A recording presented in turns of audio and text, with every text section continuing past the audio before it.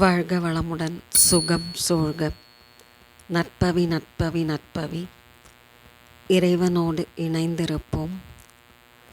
பஞ்சகுண சிவமூர்த்திகளில் தட்சிணாமூர்த்தி சாந்த சொரூபமாக காட்சியளிக்கிறார். இவரை வழிபட்டால் மனதில் அமைதியும் தெளிவும் ஞானமும் உண்டாகும் என்பது ஐதீகம்.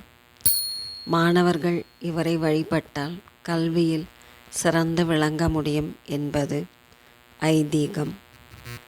தென்முக கடவுளான தட்சிணாமூர்த்தி சிவபெருமானின் அம்சங்களில் ஒருவராக விளங்குகிறார். இவரையே ஆதிகுரு என்றும் குறிப்பிடுவார்கள். தட்சிணாமூர்த்தி ஞானத்தை வழங்கக்கூடியவர். மங்களகரமான வாழ்க்கை, வாழ்வில் உயர்ந்த நிலை என பலவிதமான சிறப்புகளையும் அருளக்கூடியவர். இவரை வியாழக்கிழமை மட்டுமின்றி தினம்தோறும் அவருக்குரிய திருநாமங்களை ஜெபித்து வழிபட்டு வருவதால் நம்முடைய நல்ல விருப்பங்கள் அனைத்தும் நிறைவேறும் என்பது ஐதீகம். ஓம் அபயகரத்தனை போற்றி. ஓம் ஆன்மீக நாதனை போற்றி. ஓம் ஆதிபகவனை போற்றி. ஓம் ஆழ்நிலையானை போற்றி. ஓம் ஆனந்த உருவே போற்றி.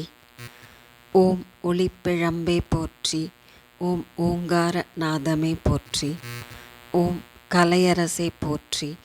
ஓம் கருணை கடலை போற்றி. ஓம் குணநிதியே போற்றி. ஓம் குருபரனே போற்றி. ஓம் சதாசிவனே போற்றி. ஓம் சச்சிதானந்தமே போற்றி. ஓம் சித்தியளிப்பவனே போற்றி. ஓம் ஞான நாயகனே போற்றி. ஓம் ஞானமே போற்றி. ஓம் சுயம்புவே போற்றி போற்றி.